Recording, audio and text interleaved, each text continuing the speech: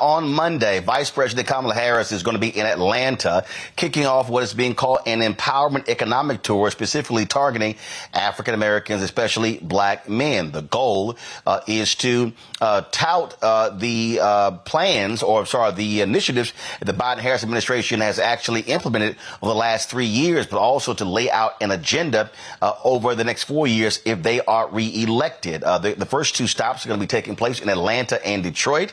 On Monday, they're going to be on stage with the co-host of Earn Your Leisure.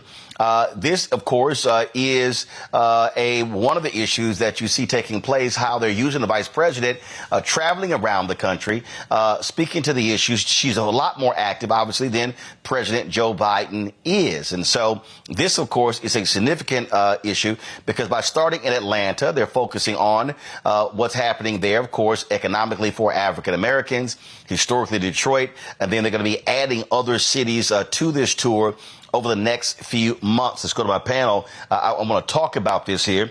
Joining us on the show today, Michael Imhotep, host African History Network show, coming to us out of Detroit. Also, on today's panel, we're joined by Kelly Bethea, communication strategist out of D.C., Matt Manning, civil rights attorney out of Corpus Christi. Glad to have all three of you here. And so we're going to be joined by Kelly shortly. I'm going to start with you, Michael. Detroit is one of the cities vice president is going to be going to. And these are the type of conversations they've got to have because they have done things. But the reality is they have been horrible when it comes to messaging what those issues are. But one of the things they also want to do with this tour is also let people know how they can tap into the resources to access available money. Again, we're in campaign season, and this is them trying to address the economic issues that are important to African Americans.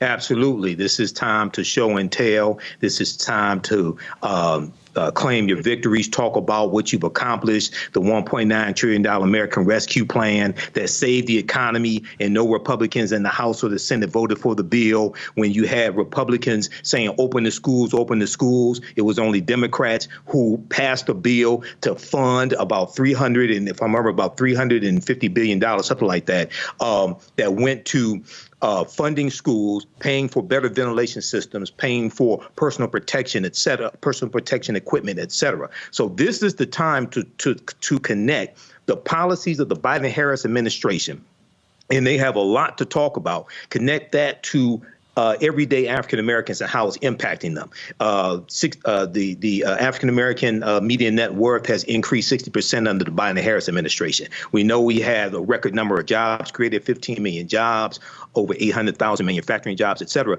But also another important thing to connect is connecting people to the resources, connecting people to the available money. The reason why all this exists is because 16.9 million African Americans, along with other Americans, voted for Biden-Harris, especially here in Detroit. And the reason why it's important to hit Detroit, Atlanta, and other key cities that have high African-American populations is, one, these are cities that help put Biden-Harris over the top. Two, Donald Trump is specifically targeting these cities like Philadelphia, Detroit, Atlanta, Milwaukee that have high African-American populations and saying we need to watch those people, we need to watch those cities, and saying somehow we engage in voter fraud, but he's the only candidate that told his constituents to vote twice. So this is extremely important. Matt, I've long said that they have to be doing these type of things. We saw the vice president, of course, on the reproductive freedom tour. But this here, you have to be speaking to the core audience. And what you're seeing is again, Gen X, millennials, Gen Z, who are really about economic opportunities, entrepreneurship, as opposed to previous generations that may be focused on social programs. And so telling the story is one thing, but also letting people know about resources that are available is another.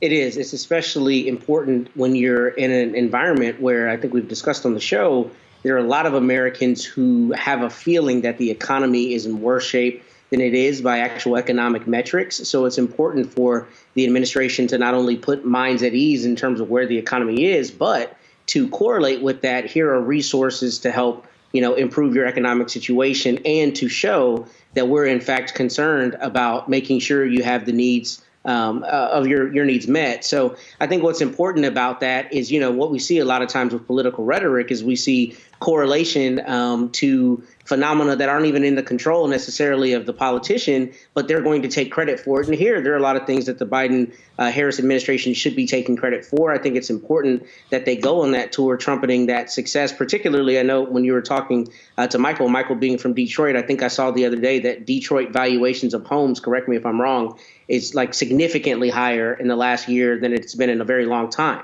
That's the kind of thing you have to go and say, Black people, this is what my administration has done for you. This is the consequence of our policy. And this is why you should give us another 4 years of a go here in the White House, because we're working for you. And the fruits of our labor are things like a significantly increased housing market in Detroit. So they've got to go, because the reality is if they don't do that, the narrative will be controlled by the other side, where they're either through misinformation or cherry picking certain data, they will try to paint a picture that's not necessarily true. So they've got to control the narrative in this circumstance.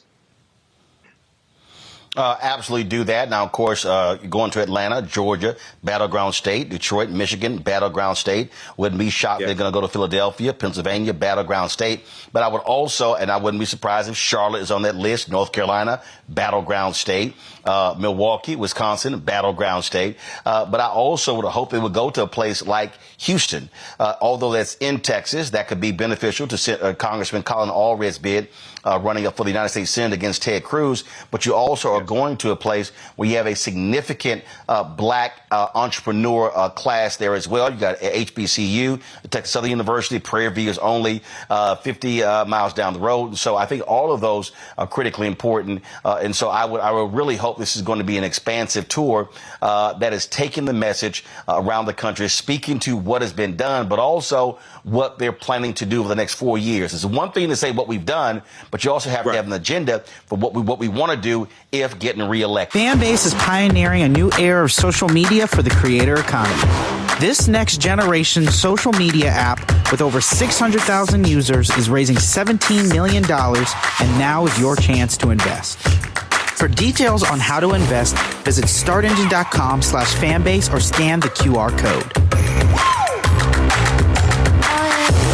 Another way we're giving you the freedom to be you without limits.